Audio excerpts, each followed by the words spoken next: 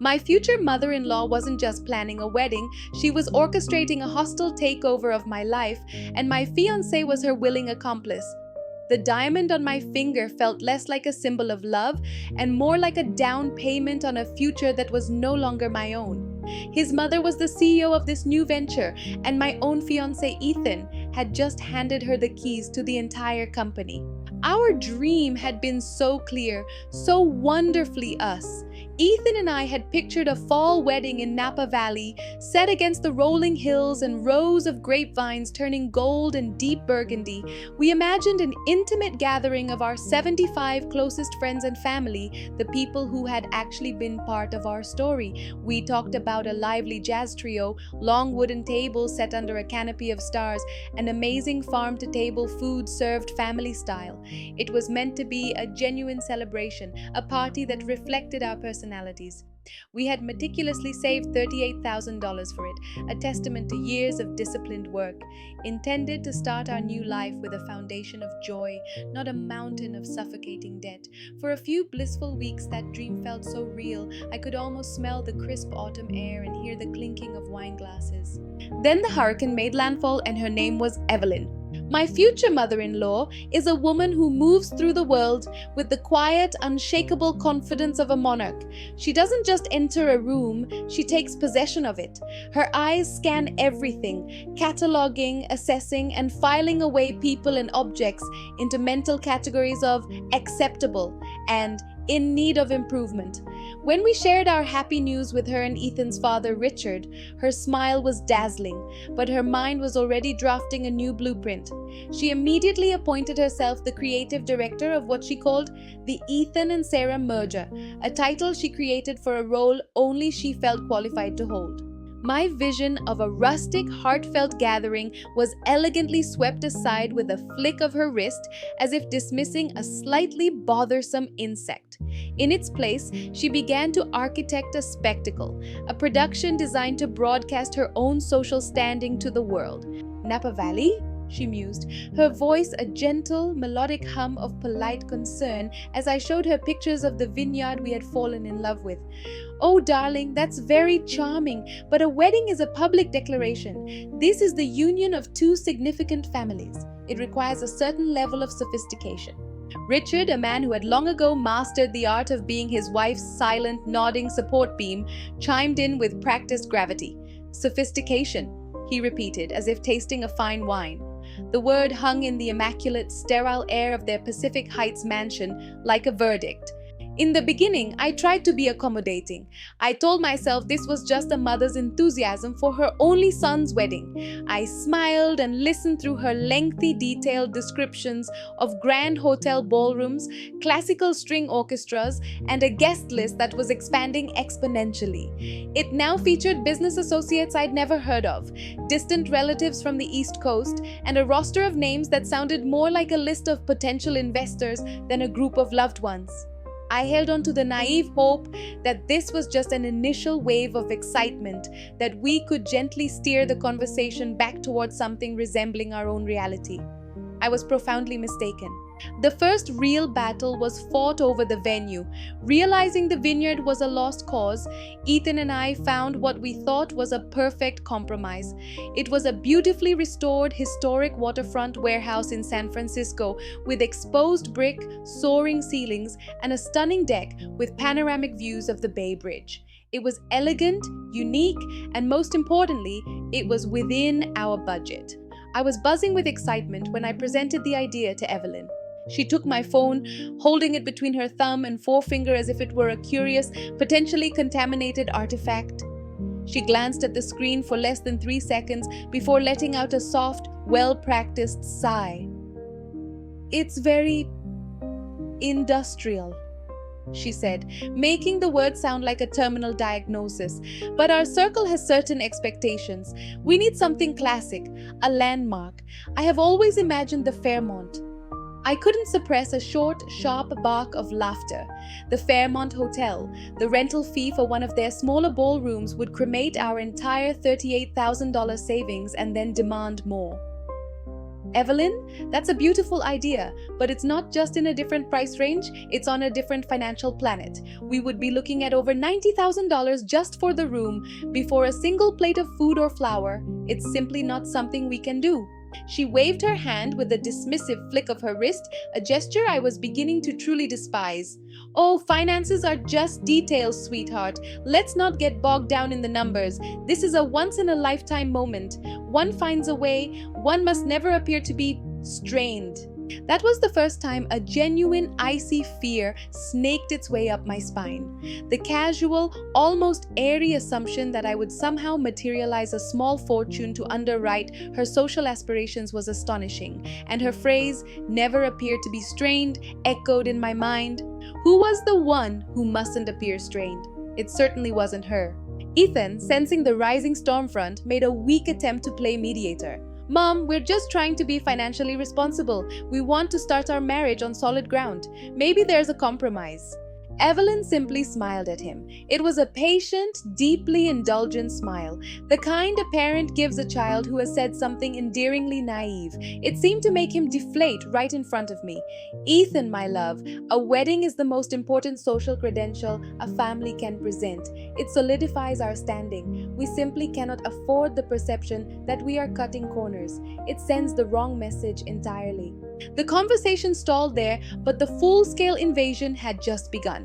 A week later, Evelyn and Richard announced, with the air of benevolent philanthropists, that they had hired a wedding planner for us. Not just any planner, but Monique, a woman known as the city's premier social architect for the tech and finance elite.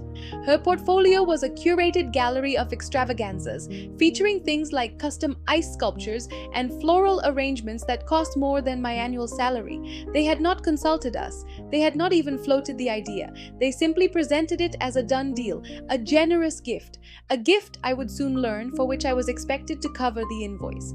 Monique, who discussed color palettes and linen textures with the grave intensity of a cardiac surgeon, began sending me proposals that were clearly dictated by Evelyn. There was a $30,000 quote for atmospheric florals, which included a ceiling installation of thousands of white orchids.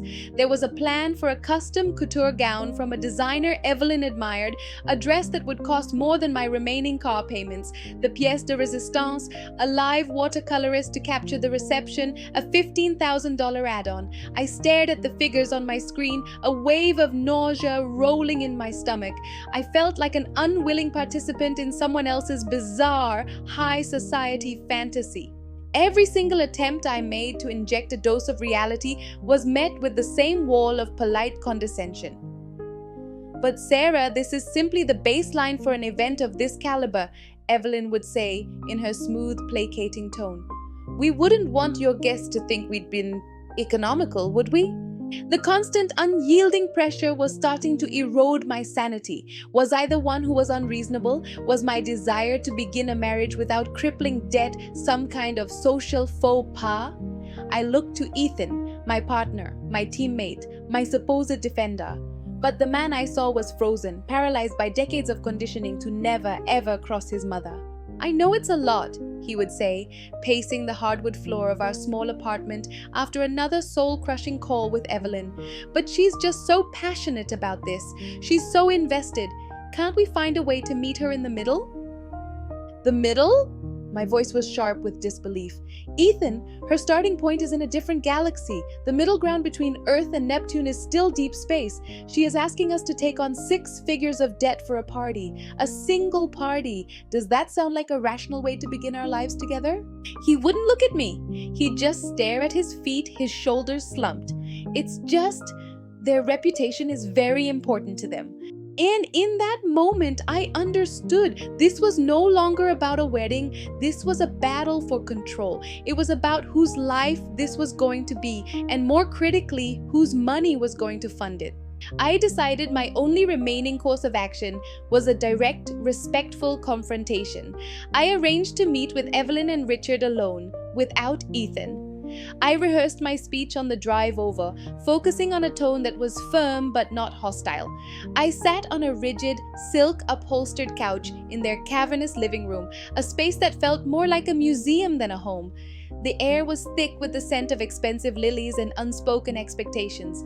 "Evelyn, Richard," I began, my hands clasped tightly in my lap. "I'm so grateful for your excitement and your ideas. I truly am. But Ethan and I have a clear vision for our wedding and, more importantly, a firm budget that reflects our reality. A wedding should be a source of joy, not a source of extreme financial anxiety. We simply cannot and will not spend over $100,000 on one day." I paused, bracing for a debate, for negotiation, perhaps even for a flicker of empathy. What I received instead was a slow, deliberate, and exquisitely patronizing look from my future mother-in-law. She regarded me not with anger, but with a sort of weary pity, as if I were a stubborn child who simply refused to understand basic logic. "Sweetheart," she said, her voice like velvet wrapped around a blade, "you're viewing this through a very narrow lens. This isn't about your budget. This is about the family. Think of it as an investment in our social capital. The damage to our reputation if this event isn't executed properly, well, that would be a far more significant cost in the long run." I was speechless. The raw, unfiltered narcissism of her statement was stunning.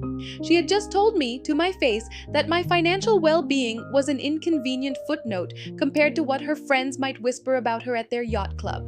Things unraveled very quickly after that. A few days later, my phone rang. It was Evelyn, her voice practically vibrating with triumph. "Darling, I have the most incredible news," she announced. "I pulled some strings, called in a major favor, and we're in. They had a last-minute cancellation." A cold wave of dread washed over me. "In where, Evelyn?" "The Fairmont, of course." I went ahead and put down the deposit to secure the date. "It's $55,000, non-refundable naturally, but it was an opportunity we couldn't let pass. You can just wire the money to Richard when you have a moment." I felt the blood drain from my face. They had gone completely behind my back, using my name and my engagement, and unilaterally locked me into a $55,000 contract, and not once had they offered to contribute a single penny. They had spent my money I did not have, as if it were their personal petty cash fund. They were operating under the astonishing delusion that I existed to finance their social ambitions. The final decisive blow came a few days after that. They presented me with a heavy, navy blue leather binder with the Sarah and Ethan wedding blueprint embossed in gold leaf on the cover. Inside, neatly tabbed sections were perfectly organized. Venue, catering, music and entertainment, attire, floral and design. Every vendor, every choice was theirs. Nothing had been discussed with me. I flipped to the final tab, the one labeled Budget Forecast. At the bottom of the page, under the grand total, was the number, printed in a large, bold font, $162,000. I just stared at that number, my brain struggling to process it. I looked up at their smiling, expectant faces. My voice was a strangled whisper. "And who do you imagine is paying for this?" They just looked at me. It wasn't a hostile stare. It was a look of pure, unadulterated bewilderment, as if I had just asked the most absurdly obvious question in the world. The silence that filled that perfect cream-colored room was the loudest and most definitive sound I had ever heard. It was the sound of my future being auctioned off, and I was being forced to be both the item for sale and the one writing the check. I stood up, turned, and walked out of that house without saying another word. I felt completely hollowed out. When I got back to our apartment, Ethan tried to embrace me, but my body was stiff, unyielding. "We'll figure it out, Sarah," he murmured, his words feeling like a tiny paper bandage on a mortal wound. But I saw the truth in his eyes. He was terrified of them. And in that instant, the horrifying realization crashed down upon me. This was never just about the wedding. This was the trailer for the entire feature film of my life with him. This was how every holiday would be managed. This was how decisions about where we would live would be made. This was how we would be instructed to raise our children. Evelyn and Richard would issue their decrees from on high. I would be expected to finance and execute them, and Ethan would stand on the sidelines, wringing his hands and wishing the conflict would just go away. That night, I gave him an ultimatum. It was the hardest thing I have ever done. "Ethan," I said, my voice shaking but my resolve firm, "this has to be us. A team. That means you stand with me, you and me, against this. Tomorrow you will call your parents. You will tell them that we have cancelled the Fairmont and let Monique go because this is our wedding and we will be making our own decisions from now on. You have to make a choice, Ethan. It is them or it is me. I held my breath, praying he would finally snap out of his trance, that he would pull me into his arms and say, "Of course it's you. It has always been you." I needed to see the man who would fight for our life together, the partner who would guard our future. He didn't. He hesitated. It was barely a fraction of a second, a flash of pure panic in his eyes, his mouth opening slightly as he searched for the words that would appease everyone. But in that tiny, infinitesimal pause, I saw my entire future. A future of being second choice, a future of fighting every single battle alone, a future with a husband whose primary allegiance would always be to the parents who were trying to bulldoze me. That hesitation wasn't a search for an answer. It was the answer. The next few days were a miserable blur.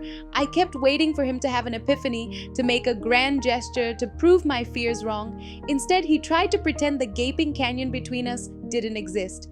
"Let's just get a pizza and watch a movie," he'd suggest. "Can we please just stop fighting about this?" he would plead, framing my need for a real partnership as me just being argumentative. Meanwhile, Evelyn's offensive continued. I received emails from her with links to 6-tier wedding cakes and seating chart templates already filled with her friends. The subject line was always a cheerful, "For our big day, our day." The words made my stomach turn. Then he deployed the final weapon, emotional blackmail. He came home one night, his face a mask of practiced sadness. "My mom is an absolute wreck about all of this," he said, his voice dripping with sympathy for the primary aggressor. "She's so hurt, Sarah. She just wants to give us the perfect day." He was actively trying to recast me as the villain, the ungrateful shrew who was breaking his mother's heart by refusing to bankrupt myself for her vanity. He was no longer my partner. He was their ambassador. He wasn't just a bystander to their bullying. He was an active enabler, weaponizing my own sense of guilt to force my surrender. And that was the moment it was over. I had been so obsessed with the wedding that I had almost missed the entire point. The problem was never the venue or the flowers or the absurd budget. The problem was the man I was planning to marry. If he would not stand beside me now before we were legally bound, he never would. I sat him down one last time. There were no more ultimatums, no more tears. I was simply delivering a verdict that had already been decided.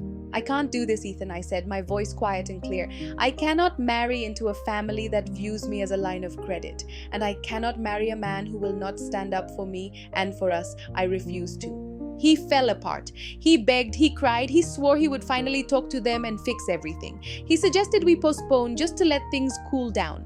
But I knew with a certainty that was both devastating and liberating that you cannot fix a person's fundamental character. He had shown me repeatedly where his loyalties lay, and I was not at the top of the list. I refused to spend my one and only life as a supporting character in my own marriage. When I called Evelyn and Richard to tell them the wedding was off, Evelyn's response was a masterclass in self-deception. She was genuinely mystified, completely unable to process why I would walk away from such a magnificent future. She suggested I was being hysterical, that the stress was making me irrational, and that I clearly had no understanding of what family truly meant. But I did understand. I understood perfectly. I understood that in their dictionary, family was a synonym for control, and I would never be anything more than a disobedient asset who didn't appreciate the life they had so generously designed for me. So I walked away. I walked away from the $162,000 debt. I walked away from the man who couldn't be a husband. And I walked away from a future of being slowly erased by people who saw me not as a person, but as a prop. And the most incredible thing happened. The moment the decision was final, the moment I chose myself, I felt a physical pressure lift from my chest. In its place was a profound, quiet, overwhelming peace. It was the feeling of taking my own hands and placing them back on the steering wheel of my life. For the first time in months, I felt completely and utterly free. And I realized that this feeling, this quiet, unyielding self-respect was worth more than any diamond, any grand ballroom, or any fantasy wedding. It was the only foundation I needed to build a life that was truly and finally my own.